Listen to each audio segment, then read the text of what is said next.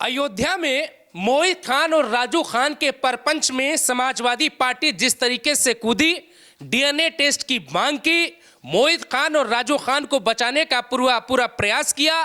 Samajwadi party के नेता उस पीड़िता के पास अस्पताल के भीतर गए, उन्होंने धमकी दी, केस वापस लेने का परपंच बनाया। नतीजा ये हुआ कि जब भी किसी महिला का अपमान अगर अयोध्या में होगा तो फिर सीता का जिक्र होगा, और सीता का जिक्र कराए थे योगी आदित्यनाथ।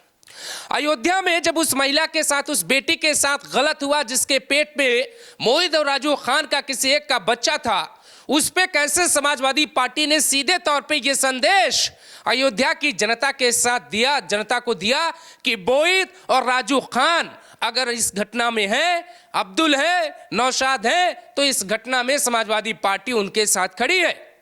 ये कैसा मजाक था।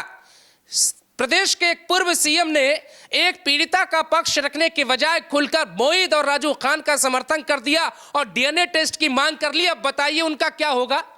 योगी आदित्यनाथ ने तो अयोध्या जीत लिया है, अजीत प्रसाद चुनाव हार गए हैं, बीजेपी उम्मीदवार ने बाजी मार ली है, अयोध्या में सारी कहानी पलट गई है। अवधेश पासी मोहित खान के मुख्य संरक्षक की भूमिका में नजर आए, उनका क्या होगा। अवधेश पासी जिन्हें गुमान था कि हम जीते हैं, लोकसभा विधानसभा भी जीतेंगे, क्या वो अब भी मोहित खान और राजू खान का समर्थन करेंगे। ये इसलिए बहुत गंभीर, और जनता को भी इसमें, जनता की तारीफ क्यों हो रही है उस पर भी आएंगे। वो इसलिए क्योंकि जनता बहुत सही से डिसाइड कर लेती है कि नेताओं में कुछ कमी नहीं होनी चाहिए। जैसे बेटियों के साथ किस बेटी के दर्द को दिखेंगे, किस बेटी का दर्द नहीं देखेंगे, ये दोगली राजनीति नहीं होनी चाहिए नेताओं में।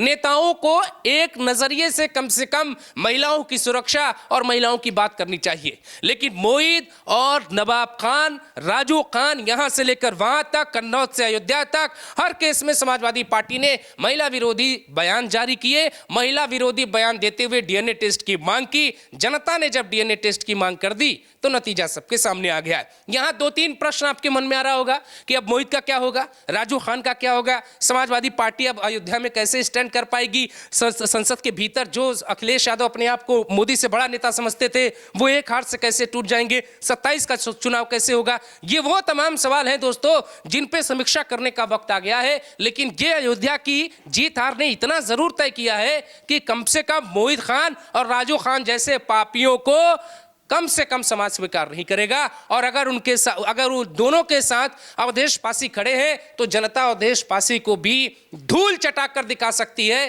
कि क्या होता है मोहित और राजू खान का समर्थन कर देना। अयोध्या की सियासत से देश की सियासत तय होती है। आप याद करिए साल 2014 में प्रधानमंत्री मोदी जब वाराणसी से लड़े तो बीजेपी ने यही कहा कि पूर्वांचल में लहर पैदा करनी है। वही लहर बीजेपी अयोध्या में तलाश रही थी, जिस लहर को पैदा करने में समाजवादी पार्टी ने ही बीजेपी का साथ दिया है। अगर समाजवादी पार्टी राम भगवान के खिलाफ ना बोलती, मोहित और राजू खान जैसे पापियों का समर्थन ना करती, वहां पे अस्पताल में जाकर उस पीड़िता को न धमकाती, योगी आदित्यनाथ के महाकुंभ में इतनी ज्यादा आलोचना न करती, झूठ न बोलती, तो शायद अयोध्या के परिणाम कुछ और हो सकते थे। अखिलेश यादव चुनाव के एक उसी दिन गए थे जिस दिन चुनाव प्रचार थम रहा था दोस्तों। उस दिन अखिलेश यादव कई सारी बातें अयोध्या में कहकर आए और उनका दावा था कि अयोध्या में योगी आदित्यनाथ हारेंगे। उसके बाद अखिलेश यादव ने यह तक कहा कि महाकुंभ में आग नहीं लगी, महाकुंभ में आग लगा दी है योगी आदित्यनाथ ने, महाकुंभ में आग लगा दी। इन तमाम बयानों का मतलब क्या होता है। जब आप उसी प्रदेश में हरिद्वार और गंगा में जाके डुबकी लगाते हैं और फिर आप महाकुंभ को अनाप शनाप बोलकर उसे उसको जो है गलत बोलने की कोशिश करते हैं, तो जनता इन बातों को समझती है और जनता ने वो जवाब दिया है। इसीलिए हमारा एक आपसे सवाल है कि अब योगी इलाज कैसे करेंगे मोहित और राजू खान का, ये तो आपको भी आभास है।